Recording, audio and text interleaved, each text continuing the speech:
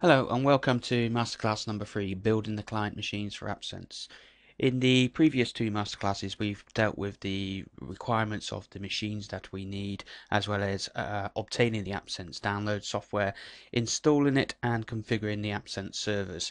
So now we need to concentrate on the actual user environment that we're going to configure with AppSense, and we need to be thinking about this before we move on to actually configuring AppSense itself. Many times we see potential customers who will try to install AppSense on a variety of different machines in a variety of states, in terms of profiling applications, operating systems that are on those machines. And of course, AppSense will just layer over the top of it. So if you're applying shortcuts, group policy settings, folder redirections, you will get a varying degree of outcomes on there.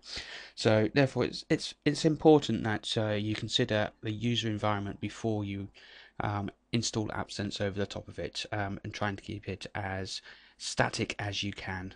So what I'm going to do is go and take a look at my AppSense desktop machines that we have in place. So I have a Windows 7 machine here, and if we go and have a quick look in here, so I'm going to log on to this machine as the administrator to the domain. So we log onto this machine. So what we're looking for to make sure this machine is quickly loading up, etc. So the machine that I've created is actually a Windows 64-bit version of Windows 7, and I've allocated it 1 gig of memory, and I think by default it's 40 gigs of hard drive on there.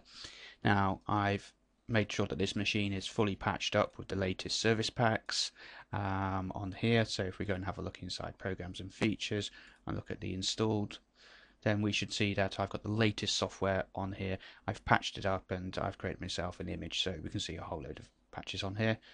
And again, if we go and take a look, you'll see that also I've installed Office 2007 and any other tools that I want to demonstrate or do a proof of concept on AppSense personalization and policy settings. If you want to show AppSense is moving between different operating systems and taking Windows Office settings across from those different machines, then obviously you're going to need to have Office on both sets of machines. So this is my Windows 7 machine, so we're just going to log this guy off on this one, and we're going to have a look at my XP machine. So here's my XP machine, and again with this machine we're just going to log on as the administrator onto the domain. We'll just make sure that we get nice smooth logons, etc. And on this machine, again, we'll have a look. And this one, I've set this one up to be, so if we have a look, is Windows XP, Service Pack 3 is all set up there, and I've allocated half a gig of RAM to this, and I think this is about a 20 gig hard drive. And again, if we go and have a look in Control Panel, and have a quick peek into here, and I'll just switch to classic mode and go and have a look in add remove programs, and we should see again that what we've done is we've installed all of the service packs, taken a baseline of it and installed it at Office 2007 so that we can actually show the software moving backwards and forwards. So those are our two machines set up. So again, we'll just log this guy off on this machine here. Now, it's always good to start off with a clean image for a user. Instead of having existing local profiles or roaming profiles in place, we're going to use AppSense Personalization Server and policy settings, both contained within the Environment Manager product, to layer over the top the AppSense settings. In other words, we're going to replace roaming profiles, local profiles, policies and scripts with the AppSense toolsets. So it makes obvious sense to remove any of those restrictions, anything that's in place at the moment. And we're always after having a clean build image. Therefore, we want the users to actually log on with no profile or the default, or even better still, a mandatory profile. And creating mandatory profiles sometimes causes a few problems, and some people are not quite aware of how to do that. So I'm going to do very quickly is just go through my method of creating a mandatory profile. It's by no means perfect.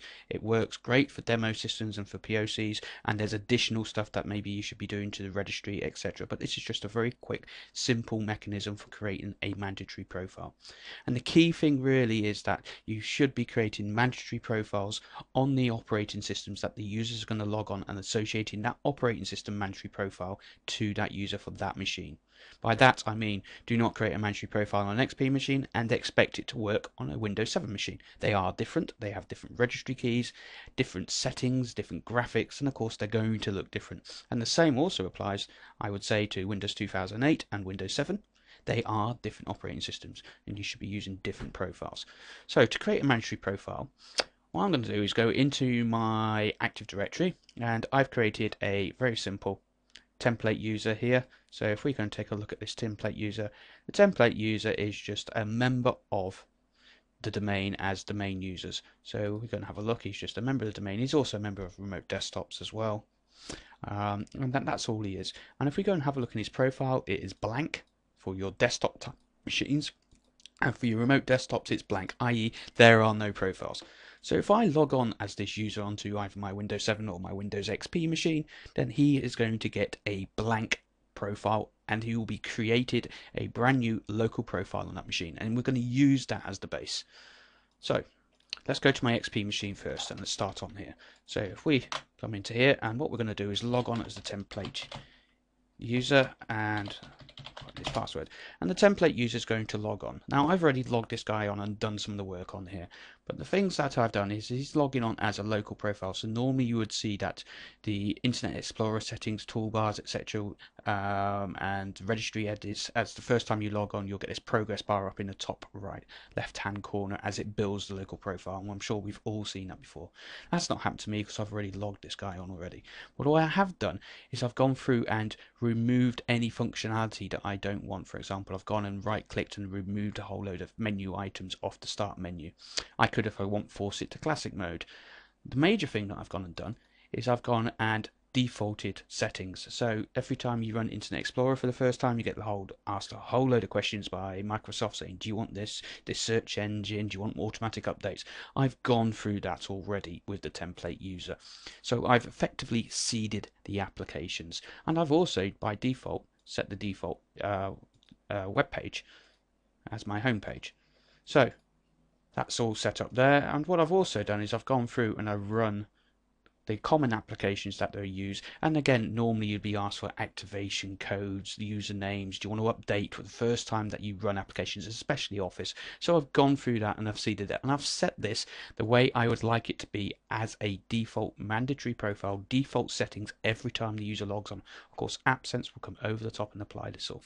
So what would suggest you do is you go through all of your corporate applications that you're going to use in a proof of concept, in a demo, run them at least a couple of times as a user, log off and log back on and do it again, just to make sure that all of these applications, the registry keys, have all been seeded as a baseline. So you log a guy off now, so we're going to log the template user off, and away he goes. Now what we need to do is we log back on, and we're going to log on as the administrator. And we'll log on as the administrator. And now we're going to go and actually go and have a look and see where this user's profile is. So if we go into Computer, Properties, and we go into Advanced, and go and look in User Profiles, we will see here that the template user is using a local profile. You'll see that my finance user is using a mandatory, obviously because I'm doing some tests already. But here we have my template user is equal to local. What we'll actually do is we'll get rid of the finance user out of here while we're here, just so we clear him out. So, okay, so he's gone, and we'll just go and make sure that that directory is empty because it was just complaining about that for me there. So if we go into Documents and Settings, of course, this is a V1 type profile. So if we go into the finance user, and let's just remove all of his settings out there. Now, it might not let me to do that. Probably not, no. So probably need a rebuild on there. And again, that's just showing you problems with standard profiles that you would get using other technologies that are included in the operating system. But never mind, it's not going to cause us a problem. The actual profile has been removed out of here, which is good. So this is my template user, and we can see that he's a local profile. So what we're going to do now is typically what you would create a mandatory profile from an XPv1 type profile, you'd use this copy to button. But quite a lot of you may be familiar with the scenario that in Windows 7 this does not work. So the way that I'm going to do this is a method that works for both. The way that I do this is we log on as the admin user, we go into Documents and Settings, and we go down into our template user, and there is our template user. And the file that we're looking for is the ntUser.dat file. That is effectively the HKey current users part of the registry. So what we're going to do is we're going to take a copy of this and we're going to go and put it on our server. So my server, I have a share that's already here, that's read write to me, called Profile Store. So we're just going to go and open that up here, and I'm just going to create a test area in here because I do not want to destroy my current mandatory profiles. So I'll just create this as a test area, and I'm going to go in and we're going to create a new folder, and we're going to call this Desktop Mandatory, and I'm going to go and drop that into there. Paste. Done. Okay, so what we need to do now is go into the domain controller where that profile store, that directory where we just copied this file. I'm going to go directly onto that server. So we'll go straight across onto that server, and if we have a look in here, we should now have a directory. So let's go and have a look in our C drive, and my profile store is sat here and it's a share. If we go and look in the profile store, we see test area and we see desktop mandatory, and there it is there. This is our mandatory, and this here is our file that we've just copied across. So the first step operation is we need to change the extension on this, and we need to change this to a .man file. That indicates it's going to be a mandatory file, and of course we get the normal warnings. So there we have our mandatory profile, but we need to change the permissions and edit this as well. So to do this, what we're going to do is we go and run regedit, and we're going to load in this registry hive. So to do that, we need to go to HKey users, file, load hive, and we need to go and browse to the registry, to the file where that's contained. So the file where that's contained is underneath C drive. It's under Profile Store, Test Area, Desktop Mandatory, and it's this file here. And then we give it a name. So we'll call this V1 Mandatory. So if we now go and take a look in HKey current users, in HKey users, we should see V1 Mandatory there. All we need to do is select the file. It's at the registry key, and we need to do right click, and what we need to do is give permissions to the domain users who are going to be using this. If we don't, they won't be able to write to their own section of the registry, and the profile will fail to load, and certain aspects of the user's environment will fail. So to do this, we just go into here and we go and add in, and we add in domain users, check names, and I usually also put in everyone, because during a POC or a demo system, I'm not that concerned about security, but of course you'll be locking this down yourself as per normal network security policies. There's plenty of documents on the internet on how to do this, and I'm just to avoid all security issues, I'm just going to switch all of these to read write everybody. Now the important button that everybody seems to miss is this advanced button down here. If we click advanced, what we want to do is we want to include and inherit across all of our child nodes as well, to make sure that this is pushed all the way down these settings down the hierarchy tree. And if we click apply, we get the standard warning, and if we're successful we'll get no message box back and the apply button gets grayed out.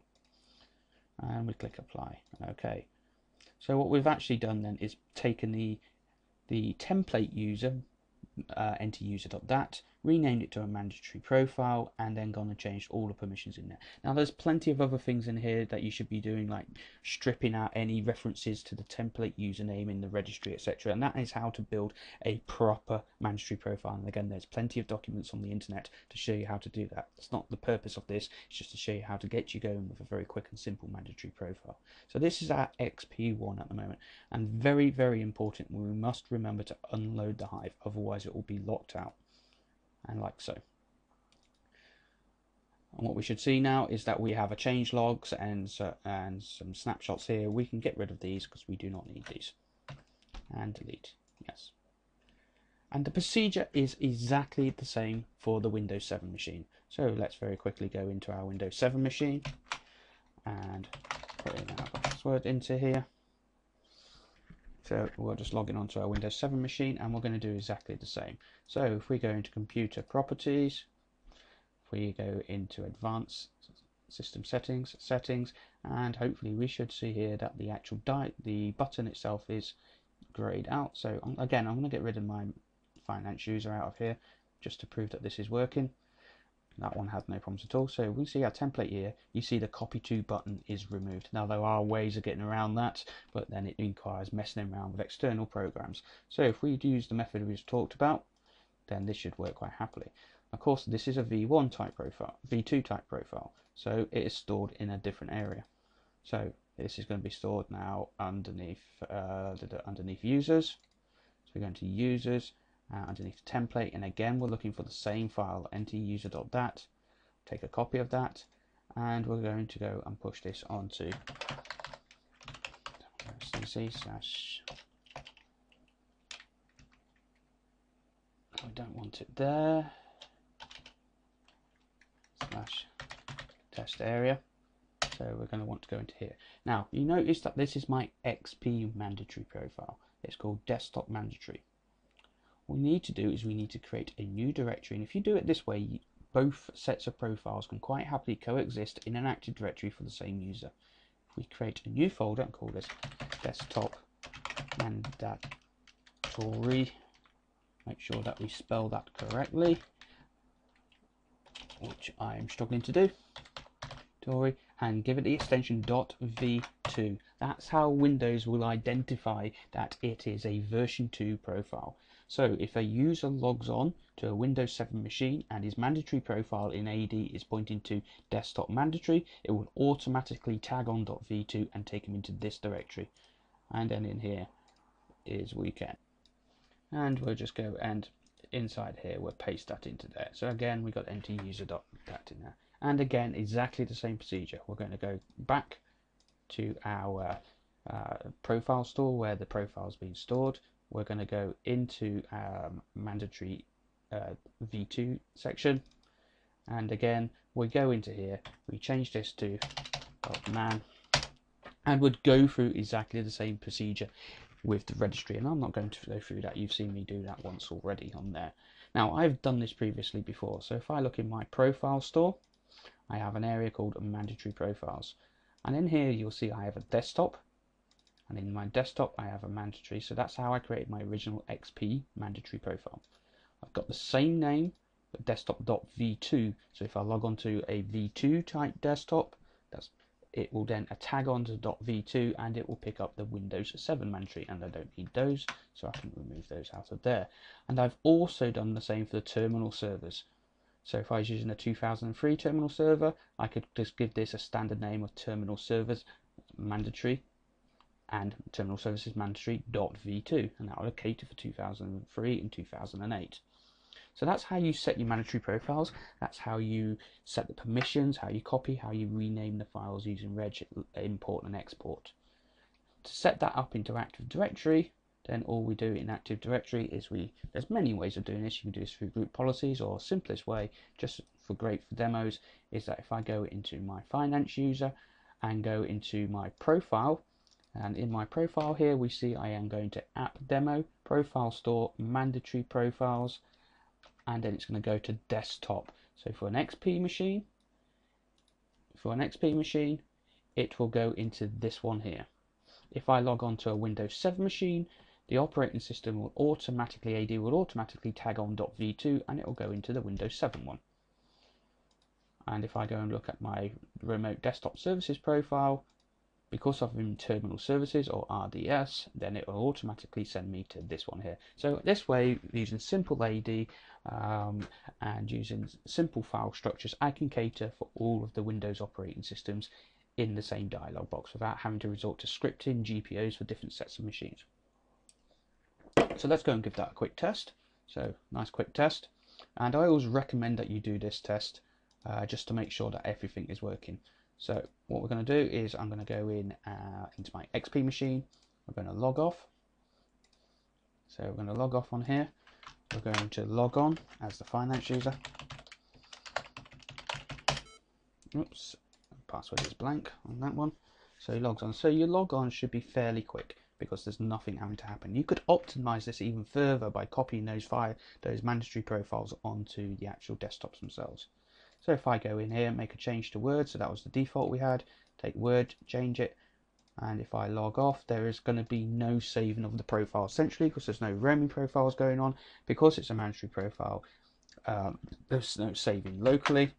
So again, if we log on now, and again, I always recommend you do this test before you start doing and the AppSense configuration, because if things are being saved over the place or unexpected results are happening without AppSense in place, then AppSense is just going to layer over the top of that, and it's going to make it very difficult for you to work out what's going on.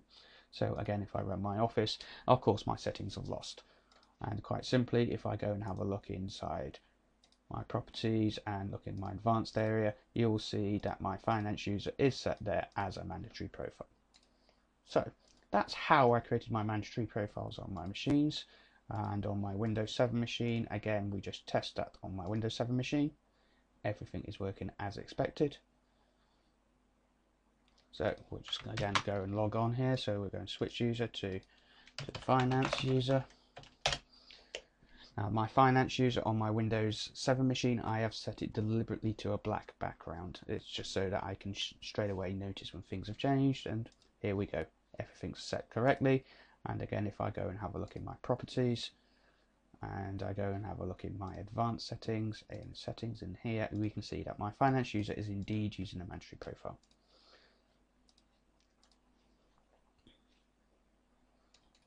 The final thing that I just wanted to show you on this setting the client, the user side of things up in the Windows 7 and Windows XP, is it's nice sometimes to show some virtualization of applications, be it AppV, FinApp, Citrix Streaming.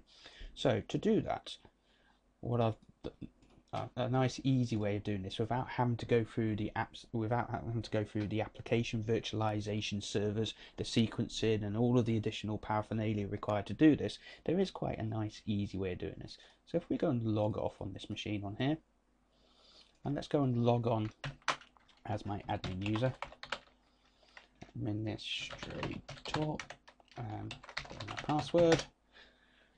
What we've done is I have previously sequenced, or let's say borrowed, some sequencing that somebody's given me from internally inside AppSense, so I haven't had to do it myself, but I've taken the AppV packages and I have copied them directly onto my desktop machines, so I'm not having to drag this all down the network, which is great for application, for demonstrations, etc., unless of course you're proving the technology of AppV or Citrix Streaming or FinApp. But in this case here, we're just showing that AppSense is working with it, so we don't need all that supporting hardware or anything in there. So what we've done is we've copied across, and if we have a look at my applications, you see we've got the OSD files and the software files themselves, the package files here. So they're copied across. What I've also done is, if I go and have a quick look in Control Panel, Add Remove Programs, you may have spotted this earlier, but I've installed the AppV client onto these machines. So here is the AppV Virtualization Desktop Client I put on these. Now, you'll probably find that if you put this into a Windows 7 64-bit, you're definitely going to need at least a minimum of MDOP 2010. Because of that, there's support for 64-bit, and that's AppV 4.6. This one on here I've got on here, I believe, is AppSense 4, is AppV 4.5. Both quite happily coexist.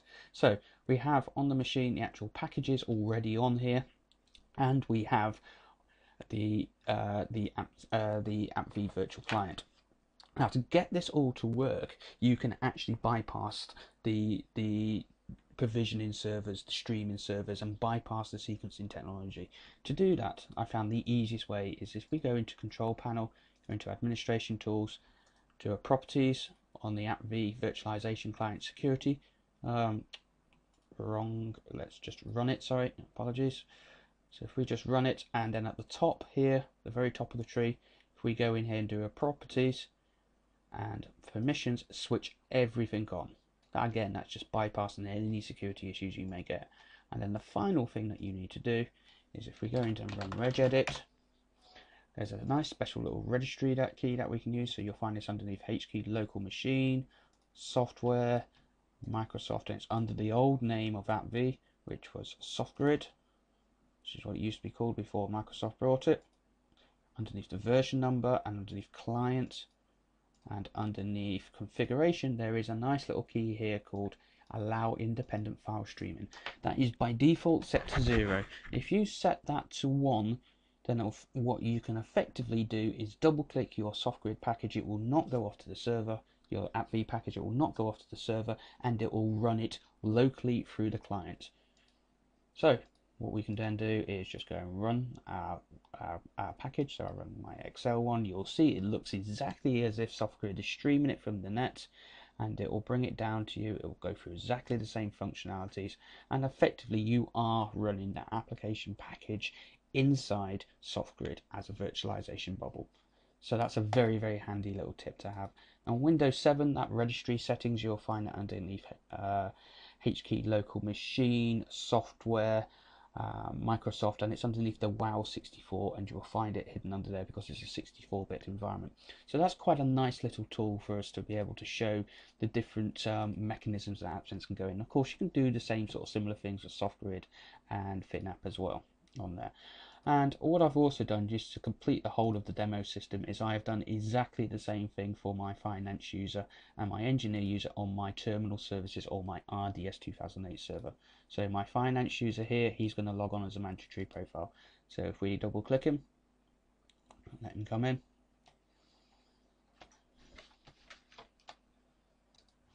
So here's our logon box, and we'll just click OK on here to log him on. And there we see is that my finance user has logged on, and we have a nice mandatory profile that's been set up and configured for him.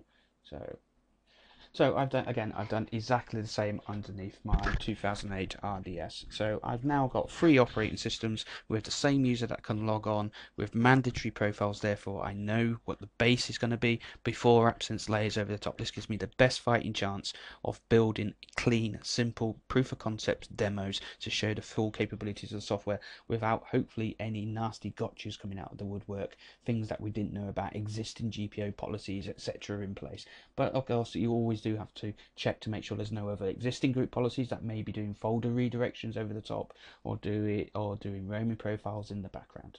So that ends masterclass number 3, and in masterclass number 4 we'll actually be going into deploying AppSense out to target machines as well as basic configuration management. Thank you.